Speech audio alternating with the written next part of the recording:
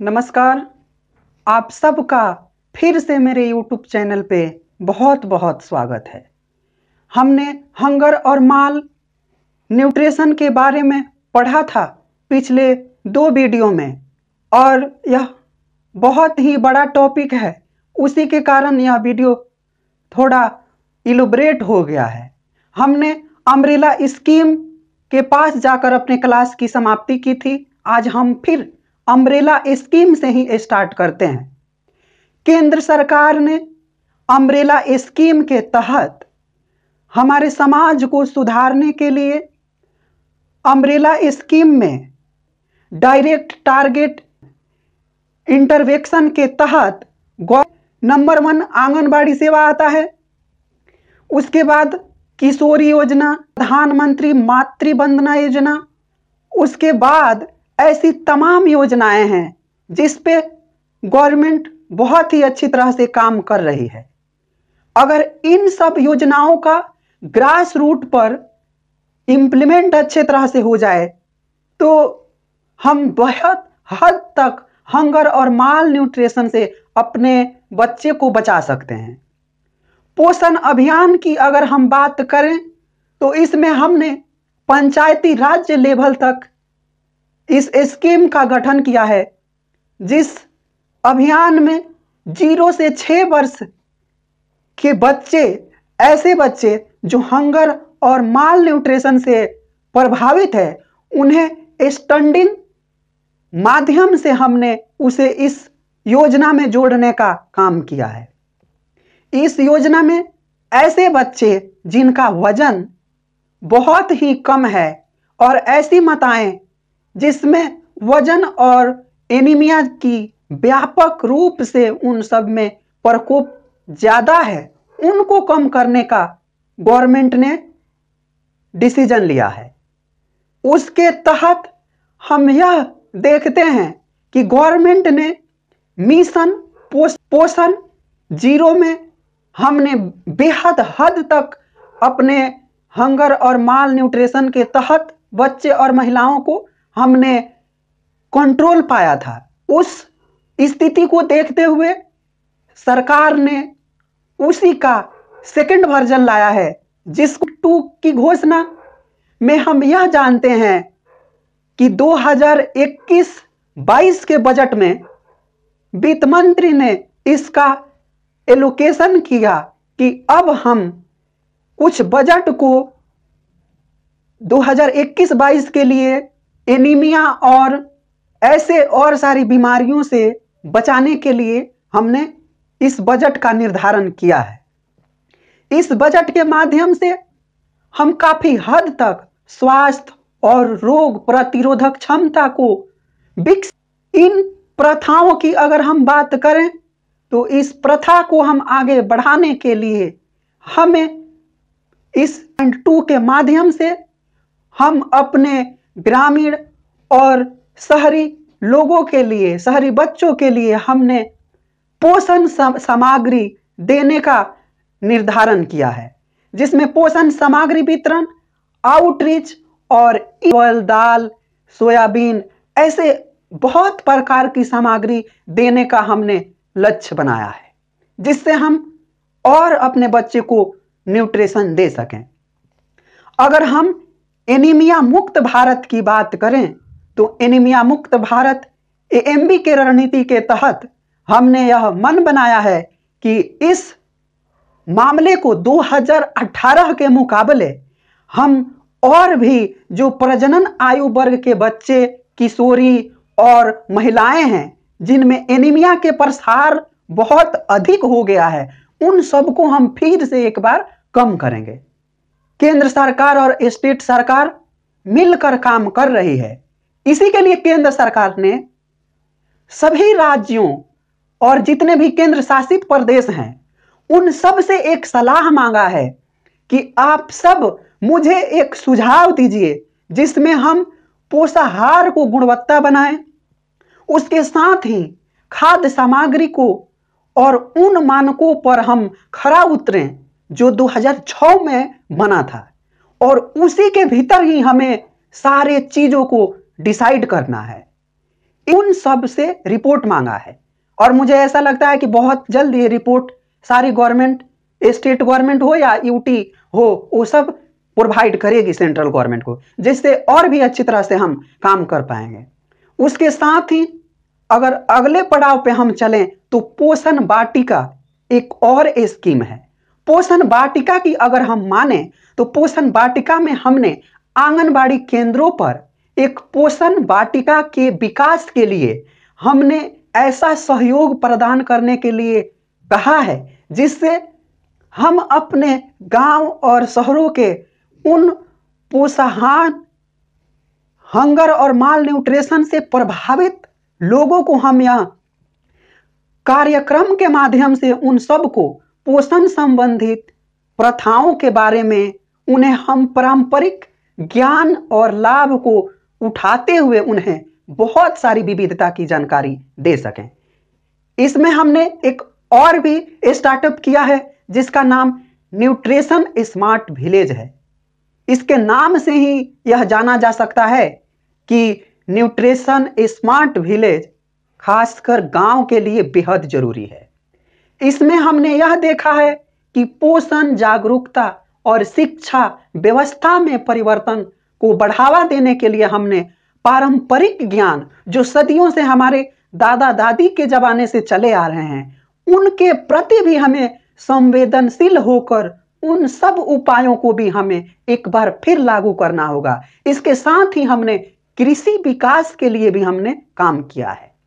यहां तक इन सब बातों के मद्देनजर रखते हुए हम अब आगे की रास्ता फ्यूचर की बात करेंगे कि आखिर हम फ्यूचर में ऐसी क्या करें जिसके चलते हम माल न्यूट्रिशन और हंगर इंडेक्स में हम और भी अच्छा परफॉर्मेंस कर सकें। इसके लिए हमें पहला यह जरूरी है कि हमें बजटीय जो आवंटन की राशि है उन राशि को हमें इंक्रीज करना होगा।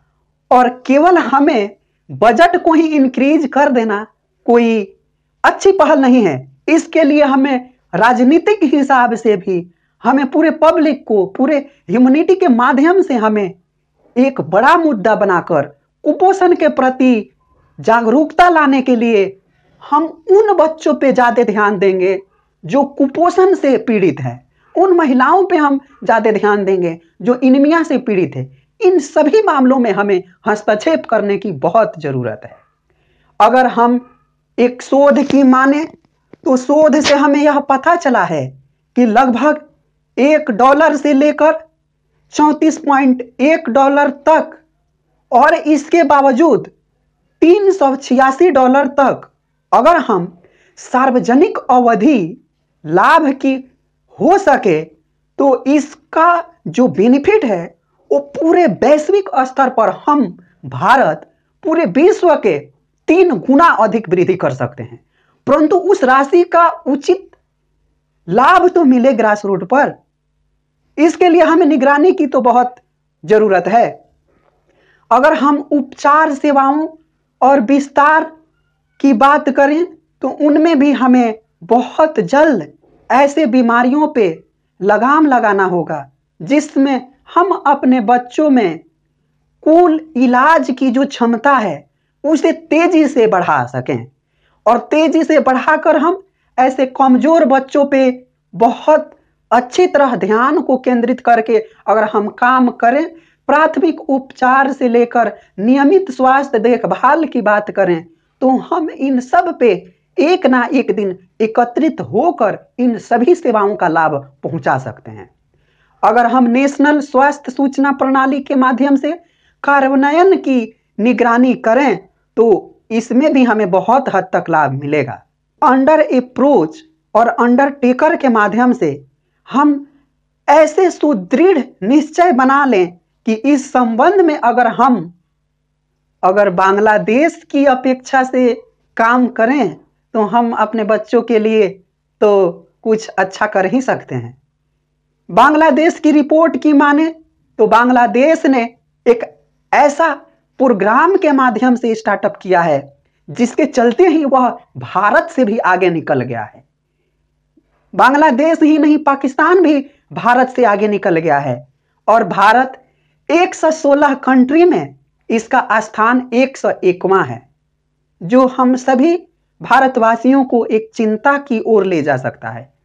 उसी के तहत अगर हम बांग्लादेश की कार्य शैली से अगर हम प्रभावित होकर अपने देश में अगर काम करें तो हम अच्छा पा सकते हैं। बांग्लादेश ने पोषण के लिए राष्ट्रीय कार्य योजना, स्वास्थ्य, उसके बाद शिक्षा, मत्स्य पालन, पशुधन, पर्यावरण, सामाजिक सुरक्षा, आपदा प्रबंधन सबको एक साथ मिलाकर एक ऐसा प्रोग्राम बनाया है।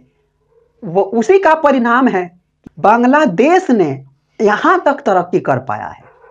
अगर हम इन बहुमूल्य क्षेत्रों और बहुमूल्य क्षेत्रीय अभयारण्य की बात करें तो यह रणनीतिक हमारे भारत में भी अपनाने की बहुत जरूरत है। अगर भारत ने कॉम्बैट चाइल्ड माल न्यूट्रिशन, बाल कुपोषण से लड़ने के लिए एक और अच्छा पहल उठाए, जिससे सामुदायिक सशक्तिकरण पर ध्यान देकर वर्तमान व्यवस्था को जन जागरूकता के माध्यम से सामुदायिक जुड़ाव और सशक्तिकरण को हम एक आवश्यकता अगर बना दें तो इससे भी हम बहुत हद तक इन प्रॉब्लम से निजात पा सकते हैं। बहुत अच्छी निगरानी से हस्तक्षेप करें तो बहुत यह ग्रास रूट तक जाएगा। निगरानी ही तो इसमें सबसे मेन प्रॉब्लम है कि हम अपने बच्चों के लिए निगरानी नहीं कर पाते हैं। अगर हम अगले पड़ाव पे जाएं तो हमने हेल्थ एंड न्यूट्रिशन अवेयरनेस का भी एक बहुत ही अच्छी पहल से इसे काम करना होगा। इसमें हमने school, public sector, public place, print media और सोशल मीडिया के अगर माध्यम से हम अगर अपने बच्चों और अपने पूरे ह्यूमन सोसाइटी को अगर हम यह बताना चाहें और ऐसा हम प्रिंट मीडियम के माध्यम से हम चलाएं कि बच्चा खुद समझ सके कि अच्छा यह माल न्यूट्रिशन और हंगर क्या होता है, और वो खुद सोच समझकर अपनी भोजन को ग्रहण करे, अपने माता पिता को यह बताए कि यह भोजन खाने से यह बेनिफिट होगा और यह भोजन खाने से यह बेनिफिट होगा। इसमें हमें यह जरूरी है कि हम अपने बच्चों को एक अच्छी सोसाइटी में जीने का एक अच्छा पहल सिखा सकें, और यहाँ पे हम प्रिंट मीडिया के माध्यम से हम अपने बच्चे को जागरूक कर सकते हैं। साथ ही हम अगर judicial and civil society activation की बात करें तो इसमें हमने 2014 में एक बहुत अच्छी पहल उठाई है, जिसके माध्यम से भोजन अधिकार अभियान को चालू किया है। इस अभियान में हमने उन व्यक्तियों और उन संगठनों को सूचना और नेटवर्क के माध्यम से जोड़ना चाहते हैं जो एक उचित लाभ दे सके पूरे समाज को। इसके तहत हम इस अभियान में राज्य सरकारों को इम्पोर्टेंट मांगों पर चर्चा करने और इन सब मामलों को, हेल्थ हो गया, एजुकेशन हो गया, प्रिंट मीडिया हो गया, इन सब को अगर हम रोग जो माल न्यूट्रिशन और हंगर में अगर इंडेक्स में अगर हमें आगे जाना है, इन सभी संगठनों के प्रयास से ही तो हम आगे जा सकते हैं। अगर हम एग्जाम्पल के माध्यम से देखें तो हम अंतर्राष्ट्रीय अनुभव में एक सुझाव अपने गवर्नमेंट को हम प्रोवाइड करा सकते हैं। साल 1980 से लेकर 1988 में जब थाईलैंड में ऐसी ही एक प्रकोप आया था जिसमें वहां भी इन सभी स्थितियों से गुजरना पड़ा था, तब वहां की सरकार ने मिलकर इन सभी मामलों पे बहुत गहन अध्ययन किया और सभी व्यक्तियों के उपलब्धि के कारण थाईलैंड सरकार ने जो प्रतिशत 50% से भी ऊपर था हंगर और माल न्यूट्रिशन का मामला, उन सब को एक अच्छी सहयोग से थाईलैंड गवर्नमेंट ने उसे 50% से ऊपर इस इंडेक्स को घटाकर 25% से भी नीचे कर दिया। और यह उपलब्धि पूरे थाईलैंड वासियों के लिए एक बहुत ही अच्छा और बेनिफिट, सबको स्वास्थ्य सुविधा और अपने बच्चे को बहुत हद तक बचा सका। इसी के साथ हमारी यह क्लास आज खत्म होती है। इस क्लास के माध्यम से हम आपको यह बता दिए हैं कि हंगर और माल न्यूट्रिशन में आपको अब कहीं भी कोई दिक्कत नहीं होगी। आप सब अब माल न्यूट्रिशन और हंगर को हम सब समझ चुके हैं। अगर आप सबको इस वीडियो से अगर लाभ मिला हो तो आप सब मेरे इस वीडियो को लाइक, कमेंट और शेयर जरूर करें। और इसी के साथ आप सबका बहुत बहुत धन्यवाद।